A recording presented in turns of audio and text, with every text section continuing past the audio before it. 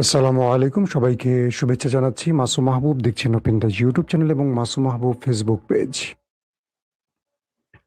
আজকে সারাদিন কোনো খবর দেইনি আপনাদের, না এটা নিয়ে প্রচুর কমেন্ট। মাসুম ভাই কি করছেন, কোথায় আছেন, ঠিক আছেন তো? জি, আমার এক দর্শক একটা পোস্ট করেছে, প্রশ্ন করেছে, প্রিয় ভাইয়া, অপেক্ষা আছি ঘুম ব্যাঘাত না ঘটালে ইনশাআল্লাহ আপনার লাইভ পুরোটা দেখব, তবে একটু সংক্ষিপ্ত হলে ভালো হয়। জি, আমি আপনার ঘুমের স্বার্থে একটু সংক্ষিপ্ত করার চেষ্টা করব ইনশাআল্লাহ, যাতে আপনি আরামে ঘুমোতে পারেন। অবশ্যই আপনি দেশের বাইরে আছেন, বোঝা যাচ্ছে। আহ, ভারতের আসাম থেকে দেখছেন, ওকে, মুর্শিদাবাদ থেকে দেখছেন, সিঙ্গাপুর থেকে দেখছেন, যারা যেখান থেকে দেখছেন সবার জন্য ভালোবাসা। মার্কিন যুক্তরাষ্ট্রের যদি অহংকার বলা হয়, তাহলে ফাইটার জেটের ক্ষেত্রে F-35, যদি প্রতিরক্ষার ক্ষেত্রে বলা হয় প্যাট্রিয়ট কিংবা থার্ড, যদি বোমারু বিমানের কথা বলা হয় B-52 বোমারু, বোম্বার্স বা বোমার যেটা আমরা বলি। আমেরিকা এ যাবৎকালে ইরানের সাথে লড়াই করে যে ধাক্কাগুলো খেয়েছে ধারাবাহিক, এই ধাক্কা কাটিয়ে উঠতে তাদের অনেক সময় লাগবে, এটা বিভিন্ন গণমাধ্যম বলছে, বিভিন্ন সামরিক এক্সপার্টরা বলছেন। ধাপে ধাপে কয়েকটি গুরুত্বপূর্ণ খবর দেব, তারপর আমরা মূল আলোচনায় চলে আসবো। আমি লাইভটা করি মূলত দুটো কারণে। সংক্ষিপ্ত 1 মিনিটে হেডলাইন বলে দিলে আপনাদের যদি ভালো লাগে 1 মিনিটে বলে দেব। যদি আপনাদের মনে হয় একটু ব্যাখ্যা দিয়ে সংবাদগুলো বিশ্লেষণ করা দরকার, তাহলে সেটা একটু মনোযোগ দিয়ে শুনতে হবে। আল জাজিরা যে শিরোনামটি করেছে সেটা হলো, লেবানন ইসরায়েল ইস্যুতে নেতানিয়াহুর উপর ব্যাপক ক্ষেপে আছেন বা হতাশ হয়ে আছেন মার্কিন president Donald Trump. President Trump বলছেন লেবাননে ইসরায়েলি প্রধানমন্ত্রী নেতানিয়াহুকে আরো দায়িত্বশীল হতে হবে এবং ইসরায়েলের আগ্রাসন ও হিজবুল্লাহকে সামলানোর পদ্ধতি, হিজবুল্লাহর উপর যে অ্যাটাক হচ্ছে সেটাকে ইঙ্গিত করে তিনি বলছেন হিজবুল্লাহকে সামলানোর পদ্ধতিতে আমেরিকা খুশি নন নেতানিয়াহুর আচরণে। পাশাপাশি ইরান ইসরায়েল এবং আমেরিকাকে সতর্ক করে বলেছে, এখন থেকে লেবাননের উপর যে কোনো ইসরায়েলি হামলা অথবা এর ভূখণ্ডে অব্যাহত দখলদারিত্ব যুক্তরাষ্ট্রের সঙ্গে সম্পাদিত অন্তর্বর্তীকালীন চুক্তির লঙ্ঘন বলে গণ্য হবে। এই পয়েন্টটা ইরান এমন সময় দিয়ে দিল আমেরিকার সামনে তুলে, যখন অর্থাৎ আগামী রবিবার এই দুই দেশের মধ্যে সিগনেচার হতে যাচ্ছে। ইতিমধ্যে ইলেকট্রাল ভাবে অর্থাৎ অনলাইন সিস্টেমে আমেরিকা এবং ইরান তাদের চুক্তিতে সিগনেচার করে বসেছে। প্রাথমিকভাবে কাবিন হয়ে গেছে, এখন মূল দেখাটা হবে বাসর ঘরে, বুঝছেন? একটু মজা করে বললাম, আবার কেউ উল্টো পাল্টা ভাববেন না, বাংলাদেশের মানুষ তো উল্টা পাল্টা ভাবতে পছন্দ করে বেশি।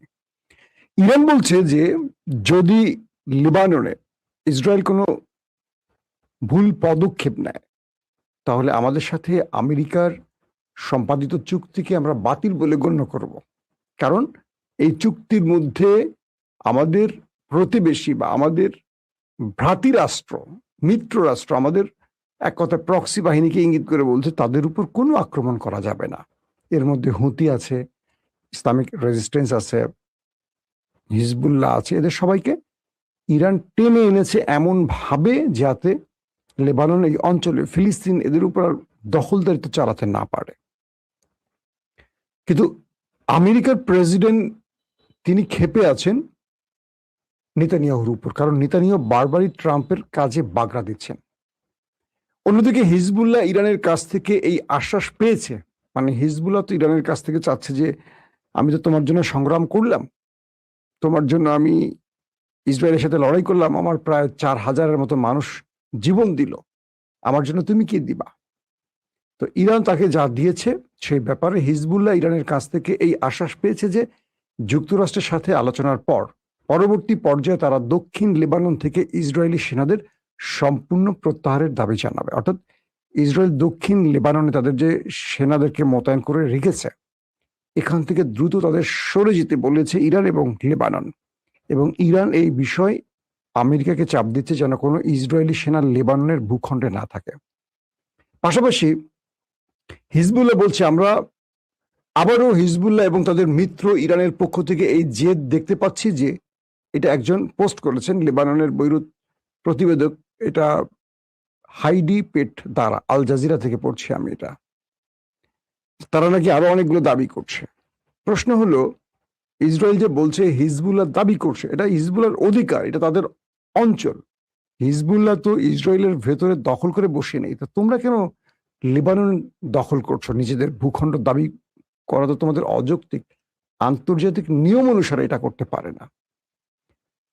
দর্শক, তো পাশাপাশি আমেরিকা প্রেসিডেন্ট ডোনাল্ড ট্রাম্পের জন্য আরো দুঃসংবাদ কয়েকটি হাজির হয়েছে সামনে, আর তার একটি হলো মার্কিন B-52 বোমার্স বলি, বা যে বোমারু বিমানটির কথা বলি আমরা, ক্যালিফোর্নিয়া এটি বিধ্বস্ত হয়েছে। শুধু এটি নয়, পাশাপাশি রাশিয়ার Tu-22M3 বোমারু বিমানও বিধ্বস্ত হয়েছে। একই দিনে দুই পরাশক্তির দুটো বিমান কি করে বিধ্বস্ত হলো, পুরো পৃথিবী এটা নিয়ে আলোচনা করছে। আপনারা জানেন যে ইরানের নিউক্লিয়ার সাইটগুলোতে যে অ্যাটাক হয়েছে, নাতানজ, ফর্দো, ইস্পাহান, এবং ইরানের যে মিসাইল সিটি যেটা মাটির অনেক গভীরে, সেখানে যে আমেরিকা অ্যাটাকগুলো করেছে, বাংকার ব্লাস্টার বোমা মেরেছে B-52 বোমারু বিমান ব্যবহার করে। আমেরিকা এই বিমানটি দিয়ে ইরানের ভেতরে ম্যাসিভ আকারে অ্যাটাক করেছে। অবশেষে দেখেন আল্লাহর কি পরিকল্পনা, কয়েকটি মধ্যপ্রাচ্যের আউটলেট গণমাধ্যম বলছে ওই বিমানটি ইরানে ব্যবহার করেছিল আমেরিকা, এবং যে পাইলটরা অক্কা গেছে, মানে উপরে চলে গেছে ওই ইবলিসের সাথে দেখা করতে,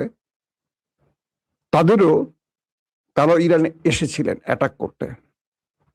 আজ তারা বিনা অ্যাটাকে ওপারে চলে গেছে। 8 জন মার্কিন সামরিক বাহিনীর উচ্চ পদস্থ ব্যক্তি, পাইলট এবং উপপাইলট, মানে যারা বিমানটি চালাচ্ছিলেন, তারা সবাই চলে গেছেন উপরে, একজন বাঁচার সুযোগ পাননি। তবে রাশিয়ার 4 জন ক্রু পাইলট বেঁচে গেছেন, তারা বিমানটি বিধ্বস্তের আগেই সেখান থেকে বেরিয়ে পড়ার সুযোগ পেয়েছেন, অর্থাৎ প্যারাশুট ব্যবহার করে তারা নেমে পড়তে পেরেছেন, তারা অল্পের জন্য বেঁচে গেছেন। ইন্টারেস্টিং ব্যাপার, এই দুটো বিমানই আবার নিউক্লিয়ার অ্যাটাকের জন্য প্রস্তুত। মানে রাশিয়ার Tu-22M3 যে বোমারু বিমানটি আছে, এবং আমেরিকার B-52 বোমারু বিমান, এই দুটোই নিউক্লিয়ার বোমা বহন করতে পারে এবং অ্যাটাক করতে পারে। বিশাল আকৃতির দুটো বিমান। ক্যালিফোর্নিয়া থেকে এই বিমানটি যখন আকাশে উঠছিল, হঠাৎ করে পেছনে ধুয়ো দেখা যায়, তারপর সেটি বিধ্বস্ত হয় খুব কাছাকাছি, কিন্তু ভাগ্যের কি পরিহাস, কোনো পাইলট বা সেনা সদস্যরা সেখান থেকে বেরোতে পারেনি। এই বোমারু বিমানটি বিধ্বস্ত হওয়া হলো আমেরিকার এক অস্তিত্বের আঘাত বা অহংকারের চাদরে আঘাত বা দাগ পড়ে যাওয়া। মানেটা হলো আমেরিকার F-35, আমেরিকা এটি নির্মাণ করে বলেছিল এটা খুব হাই সেন্সর সিস্টেমের একটি যুদ্ধ বিমান, এবং স্টিলথ প্রযুক্তির, শত্রুর যে কোনো রাডারকে এটা অনায়াসে ফাঁকি দিতে পারে, শনাক্ত করতে পারবে না। শত্রুর যে কোনো এন্টি মিসাইলকে এটা ট্যাকেল করতে পারে। এটার স্পিড, এটার অবস্থান, এটার আক্রমণের ঢং, ব্লাব ব্লাব ব্লাব, এমন কিছু যে এটা টেক্কা দেওয়ার মতো কারো যুদ্ধ বিমান আসেনি মার্কেটে। রাশিয়ার চলে এসে Su-35, চীনেরও আসছে 35 পঞ্চম প্রজন্মের, কিন্তু আমেরিকাটাকে সবার উপরে রাখা হয়েছে। সেই F-35কে তারা করে, মেবি একটা বা দুটা ইরান দাবি করেছিল তারা বিধ্বস্ত করেছে, এবং হরমুজে এই F-35কে তারা করে এলাকা ছাড়া করেছিল ইরানের মিসাইল। তখনই আমেরিকার প্রথম পরাজয়ের সুরটা আমরা শুনতে পাই, কারণ F-35 যখন ইরানের ভয়ে পালায়, তখন আমেরিকা ইরান থেকে পালাচ্ছে, বিষয়টা এরকম হয়। এবং যে বোমারু বিমান ক্যালিফোর্নিয়াতে বিধ্বস্ত হয়েছে, যারা এটা ছিলেন, তারা ইরানে অনেক মানুষের কান্নার কারণ ছিলেন। আজ তাদের পরিবার কাছে। পৃথিবীটা এরকমই। একদিন আওয়ামী লীগ দুঃশাসন করেছে, কেউ তাদের সাহস করে কিছু বলতে পারেনি। যারা বলেছে তারা গুম খুন হয়ে গেছে। আর আওয়ামী লীগ মানুষের কথা শুনতই না, একটার পর একটা অবৈধ নির্বাচন দিয়েছে, সংবিধানের নাম করে সংসদে তারা একটা সংবিধান সাজিয়ে নিজের মতো করে সব বলেছে। আর তখন বিএনপি বলেছিল যে তারা ক্ষমতা আসলে এই সংবিধান ছুঁড়ে ফেলে দেবে। মানুষের ইচ্ছা অনুযায়ী এই সংসদ তৈরি হবে, মানুষের ইচ্ছা অনুযায়ী আইন তৈরি হবে।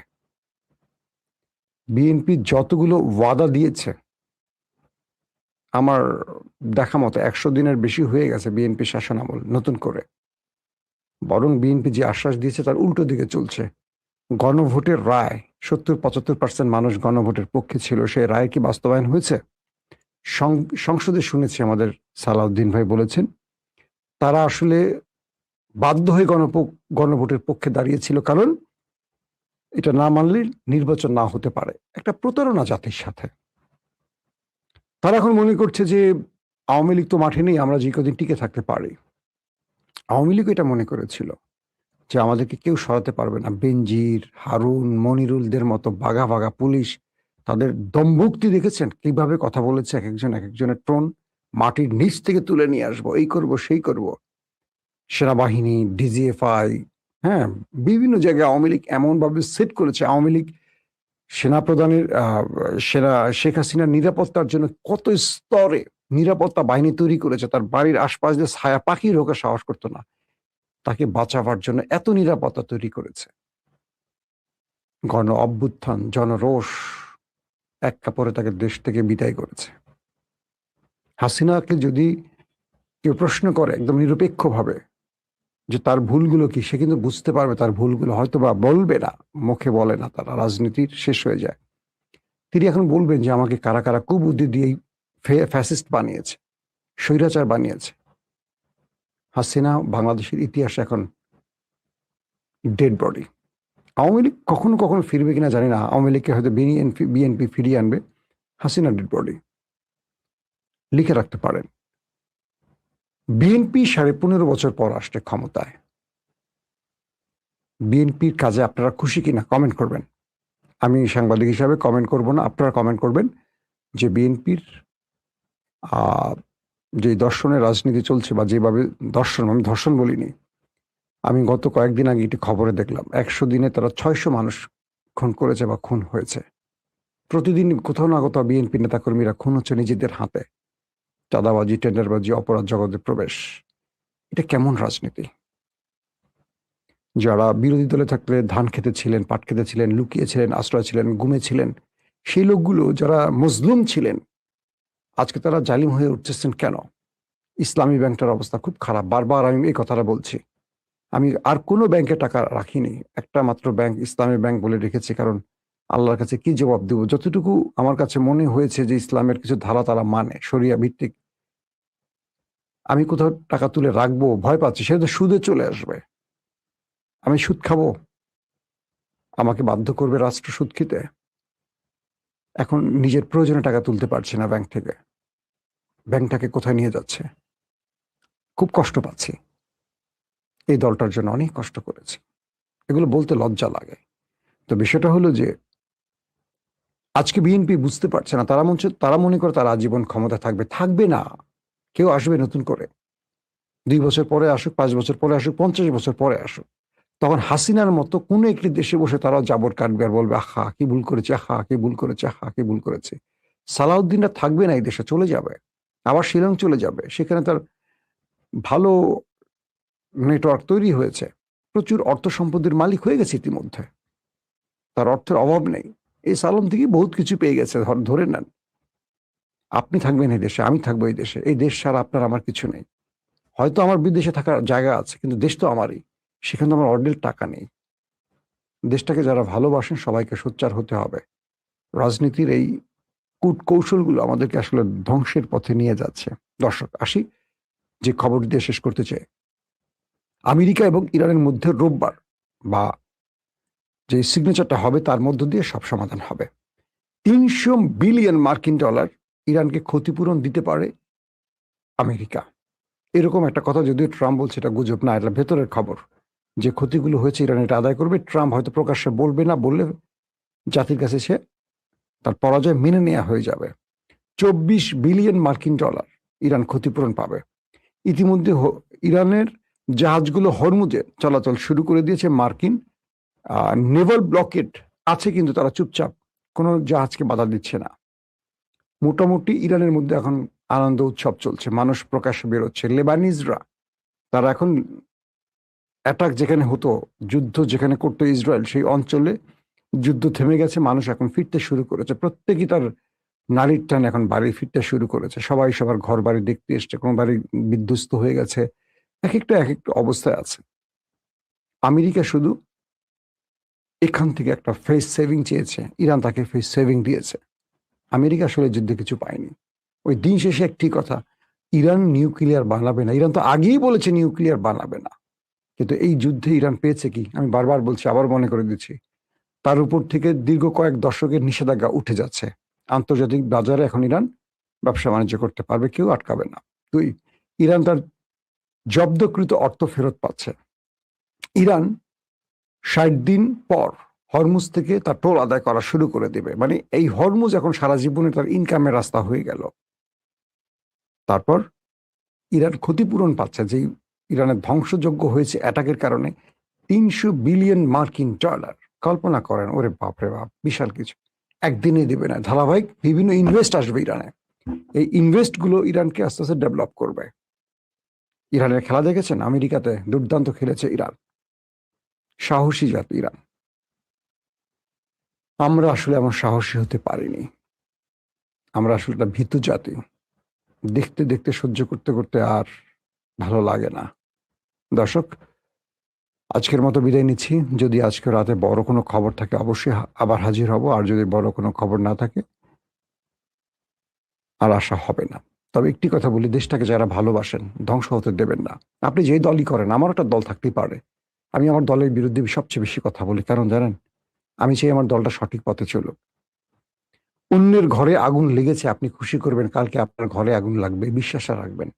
আমরা চাই না আওয়ামী লীগের মতো বিএনপির পরিণতি হোক, কারণ এই দলটার জন্য আমাদের অনেক ভালোবাসা আছে। আল্লাহ হাফেজ।